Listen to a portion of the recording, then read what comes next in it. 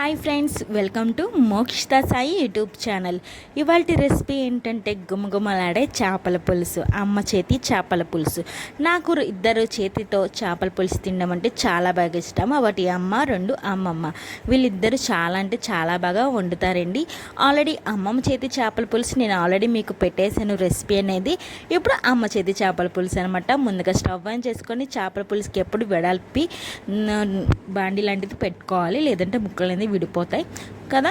So అందుకని ముందుగా బాండి పెట్టేసుకుని ఆయిల్ వేసుకుని, ఆయిల్ బాగా హీట్ అయితే పచ్చిమిర్చి ఇంకా అలాగే ఉల్లిపాయ ముక్కలు వేసుకోవాలి. ఈలోపు మనం మిక్సీ జార్లో అల్లం వెల్లుల్లిపాయ, ఇంకా అలాగే ధనియాలు, లవంగాలు, దాల్చిన చెక్క, ఇంకా అలాగే జీలకర్ర, ఉల్లిపాయ ముక్కలు, ఇంకా కొబ్బరి ముక్క ఇవన్నీ వేసుకొని గ్రైండ్ అయితే చేసేసుకోవాలండి. ఇది చాలా అంటే చాలా ఇంపార్టెంట్ అండి. మంచిగా వేసుకుని మిక్సీ పట్టేసుకొని కర్రీలో వేస్తే చాలా బాగుంటాయి. ఈలోపు ఉల్లిపాయలు మనకి బాగా మగ్గిన తర్వాత చేప ముక్కలని మంచిగా వాష్ చేసుకొని ఇప్పుడు వేసేసుకొని దాంట్లో కారం, ఇంకా అలాగే పసుపు, ఉప్పు, మనం ఇందాక గ్రైండ్ చేసి పెట్టుకున్నాం కదా సీక్రెట్ మసాలా, సో అది కూడా వేసేసుకోవడమే. సో మొత్తం వేసుకున్నాక గరిటె పెట్టి మాత్రం కదపొద్దండి.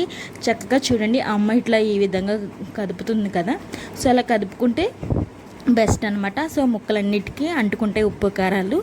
తర్వాత మనం చేపలు ముక్కలు అనేది ములిగేంత వరకు చింతపండు రసం అనేది వేసుకోవాలి. ఆ తర్వాత పైన కొత్తిమీర అలాగే ఉల్లికాడలు కూడా వేసేసుకొని మంట అనేది మీడియం ఫ్లేమ్లో పెట్టేసుకొని మూత అనేది పెట్టేసుకుందాం. ఒక 10 to 15 మినిట్స్కి ఒకసారి ఓపెన్ చేసి చూస్తే మనకి ఆయిల్ అనేది చక్కగా పైకి తేలుతుంది, పులుసు కూడా చక్కగా చిక్కబడుతూ ఉంటుంది.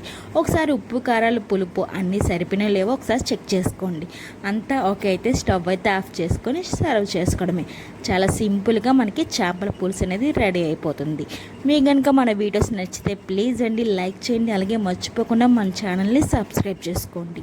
చాలామంది మన వీడియోస్ చూస్తున్నారు కానీ సబ్స్క్రైబ్ చేసుకోవట్లేదు. ప్లీజ్ సబ్స్క్రైబ్ చేసుకొని మీ సపోర్ట్ నాకు ఇవ్వండి. Bye friends.